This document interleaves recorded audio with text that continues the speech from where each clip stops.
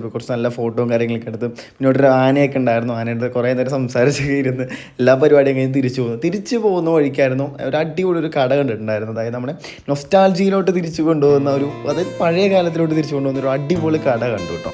ഞാൻ അവസാനമായിട്ട് ഇതൊക്കെ കണ്ടത് ഒരു 6 ക്ലാസ് 7 ക്ലാസ്സിലൊക്കെ പഠിക്കുന്ന ടൈമിലായിരുന്നു. ഇതൊക്കെ ലാസ്റ്റ് കണ്ടിട്ടുണ്ടായിരുന്നു.